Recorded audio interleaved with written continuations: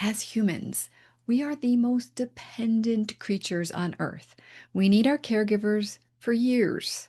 Our very survival depends on their love, acceptance, and care. And because of that, we become exquisitely attuned to what wins approval and what loses it. My name is Deb Blum, and this is the Whole Soul Way.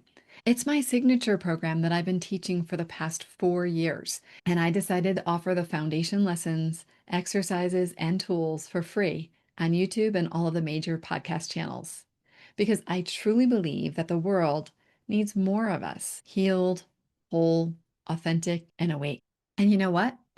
I don't want to be a barrier to anyone getting the help that they need. And in fact, I really want to be part of the change. Each lesson builds on the last. So if this is your first time here, make sure that you start at the beginning.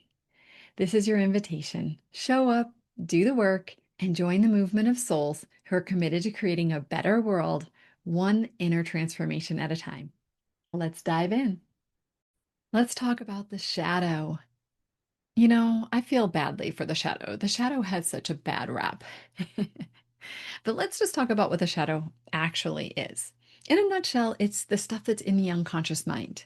It's the parts of you that are hidden from your awareness, not because they're bad, but because at some point you believe that showing them was going to cost you love, acceptance, approval.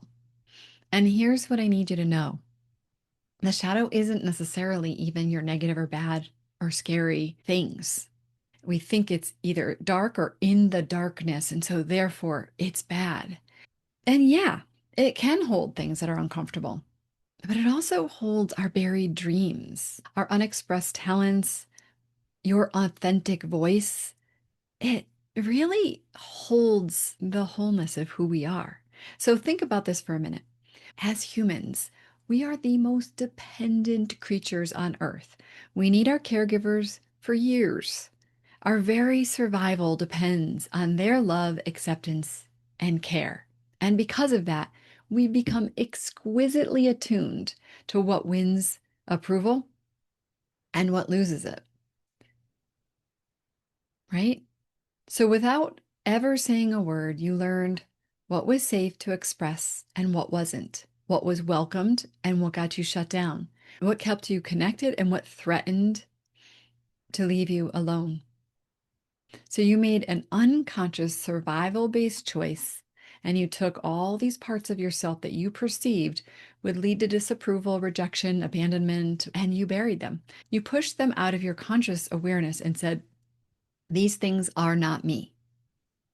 So some people will say the shadow is the me that I don't want you to see. And it's really the me that I don't even want to see, right? So what goes into the shadow? Any feelings or fears that you are not interested in examining or that were too much for you to handle as a child, your needs and your desires, your qualities and your quirks, your interests and your impulses, your talents and your gifts, even your challenges and your differences. All of these things, they have the potential to have been suppressed into the shadow. It could be your anger. It even could be your joy, your neediness or your independence, your softness or your strength, your sexuality, your creativity, your ambition, your playfulness, pretty much anything that you perceived, rightly or wrongly, that wasn't okay with the people that you needed most. And when I tell you that people did not even have to say a word and you learned it, it's really true. You just learned it by being in the home that you were in and watching other people, watching people's expressions, and you didn't even have to think about it. Those things just got suppressed. But let's talk about the sneaky truth of suppression. You know the moments when the nice person suddenly snaps and says something really mean, or when a person who never gets angry suddenly explodes? That's the shadow leaking out. Because when we shove something into the unconscious mind, when we say, I'm never going to be angry, I'm never going to be a selfish person, it doesn't disappear. It just goes underground and it gets sneaky. Anything that goes underground, doesn't have a voice, is told just to stay in the basement. it gets sneaky and it gets loud. Think of it like this. Imagine if you have a messy closet. You can keep that door shut and pretend that everything in there doesn't exist, but it's still there. It's still weighing on you. It's still taking up space. And every time you open that door, all the crap falls out on you. But you could choose to open it up, turn the light on, and see what's in there. You don't have to wear everything in your closet. You don't even have to like everything in there, but at least you know what you're working with. At least it's not controlling you from the shadows anymore. That's shadow work. It's bringing something to the light of day, not so you become them, but so you are conscious of them, so you can choose what to do with them. In an exercise coming up, we are going to be talking about the cherished self. So I wanted to just give you a quick introduction to the cherished self. And here's where it gets really interesting.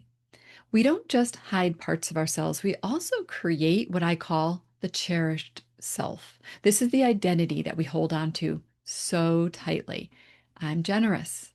I'm strong and independent. I'm the peacemaker. And these things might be true about us. But when we cling to them as the definition of who we are, we leave behind other aspects of ourselves. If I'm always the generous one, what happens to the part of me who may want to receive also? If I'm always strong and independent, what happens to the part of me that does need help or that just has needs? If I'm always the peacemaker, what happens to the part of me that has righteous anger about injustice?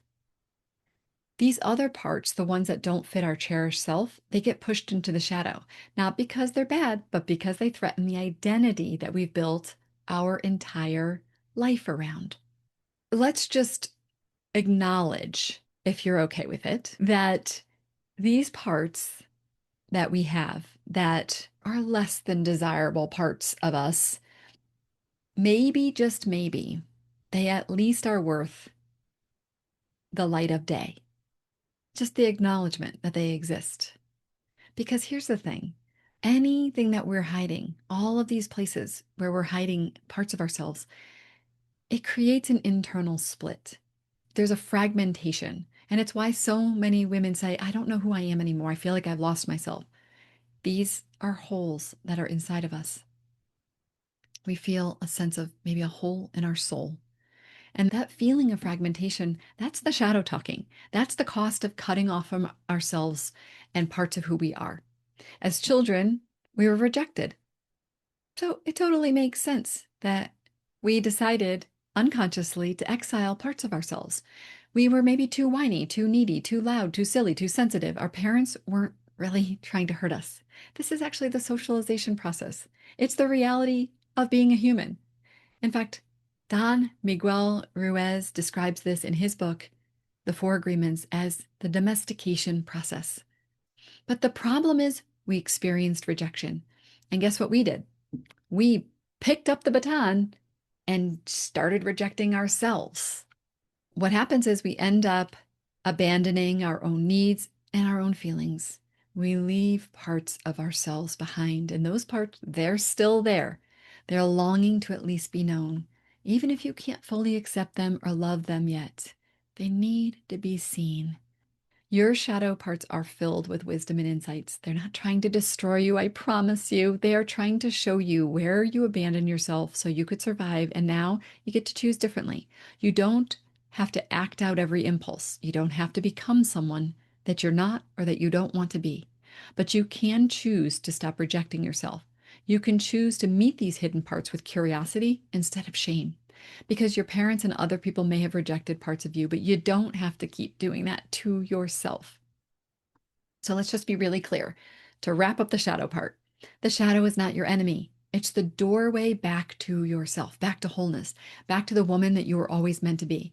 And I want you to know we're going to do this compassionately. We're not going to just throw open all the doors at once. We're going to turn on the light gently, one room at a time. So I'll say it one more time. You don't have to become what's in your shadow.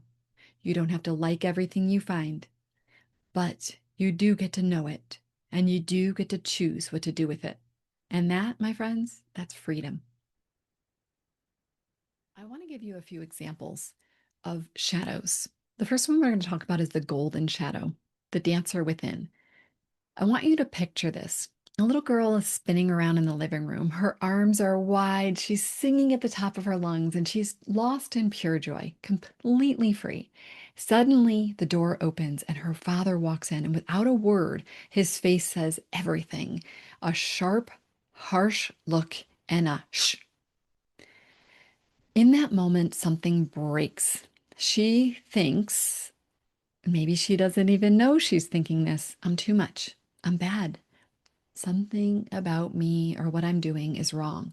She may completely put this whole thing away. She puts away dancing, the singing, the wildness, or maybe she just becomes exquisitely careful and learns to watch and gauge the room and make sure it's safe before she ever lets herself do something free again. Whichever one it is, there's a way that she has had to disconnect from herself. Eventually, she maybe doesn't try anymore. Over time, those parts of her, the dancer, the one who moves without thinking, the one who expresses without permission, they go into the shadow. Fast forward 20, 30 years, and she's watching Dancing with the Stars, and she can't look away. She's mesmerized. There's this ache in her chest when she watches these dancers, that strange mix of longing and envy. She thinks, I could never do that. I'm not a dancer. But she kind of wants to. But she tells herself, I'm just not that kind of person. But here's the truth. She is a dancer. That part of her didn't disappear. It just went into hiding. And now it's calling to her through her admiration, through that inexplicable pull she feels. This is what we call the golden shadow. It's the gifts, talents, aliveness, all of that stuff that got buried, not because they were bad, but because they felt unsafe, not because they were actually things that we couldn't even be, but because we believed that if we did those things, we might lose the love and approval of our parents or other caregivers. Because just keep in mind, this can also be teachers and clergy and aunts and uncles and grandparents. It's not just our parents, it can even be siblings. Probably if she asked her dad would never ever imagine that that moment when he was on the phone, he shushed her and gave her that look, that would translate into her suppressing a part of herself. Because that's not really what he meant. It's just what she perceived as what he meant. So now, if she was taking this program, she would know maybe she could reclaim this. And here's the thing, it's not just about taking a dance class. It's about reclaiming her right to take up space, to be seen, and to be fully expressed in this world. Okay? Let's talk about the disrespectful woman, finding our backbone. So, this woman, she was raised to be respectful. Always. Don't talk back. Don't question. Be polite. Be nice. Think of others first. So she became the woman who never makes waves. She doesn't rock the boat. She's always accommodating. She apologizes even when she's not wrong. And guess what? People love her. She's so agreeable. She's so easy to be around. She's so helpful. But inside, she's exhausted. She's resentful. She feels walked all over, dismissed, like her voice doesn't matter. And when she sees other women who speak up, who say no, who push back, she feels something confusing. Part of her, admiration, part, judgment. Ooh, she's so rude, so aggressive, so disrespectful. That judgment, that's her shadow talking. Because here's what happened. She learned that having boundaries, standing up for herself, saying no, I don't agree, was disrespectful. So she buried it. She cut off access to her own backbone. But somewhere in her shadow lives a woman who can honor others and honor herself, who can be respectful without abandoning herself, who understands that one person's disrespectful is another person's standing in her truth. When she reclaims this part of her shadow, not to become mean or aggressive, but to integrate that healthy dose of self advocacy, she finds her voice. She discovers that she can care about other people without erasing herself. She learns that respect is a two-way street and that she deserves it too. This is the wisdom in the shadow. Even the parts that feel negative carry medicine. That drop of so-called disrespect, that's given her her backbone. That's her self-worth. That's her ability to say, I matter too. Okay, last but not least, let's talk about the woman who doesn't do needy. Whew. All right, so I know this one so well. She's the capable one, the strong one, the one everyone calls when they need help because she always has it together. She always has a great idea, a great suggestion. She prides herself on being independent, self-sufficient, never a burden. But when someone else is really needy, like when a friend's having a full-on meltdown or her partner is emotional, when someone's just expressing raw vulnerability, maybe big tears and they don't seem to make any sense, it makes her feel really uncomfortable, almost irritated. She thinks, why can't they just get it together? Why are they being so dramatic? Well, this is projection, and it's showing her exactly what's in her shadow.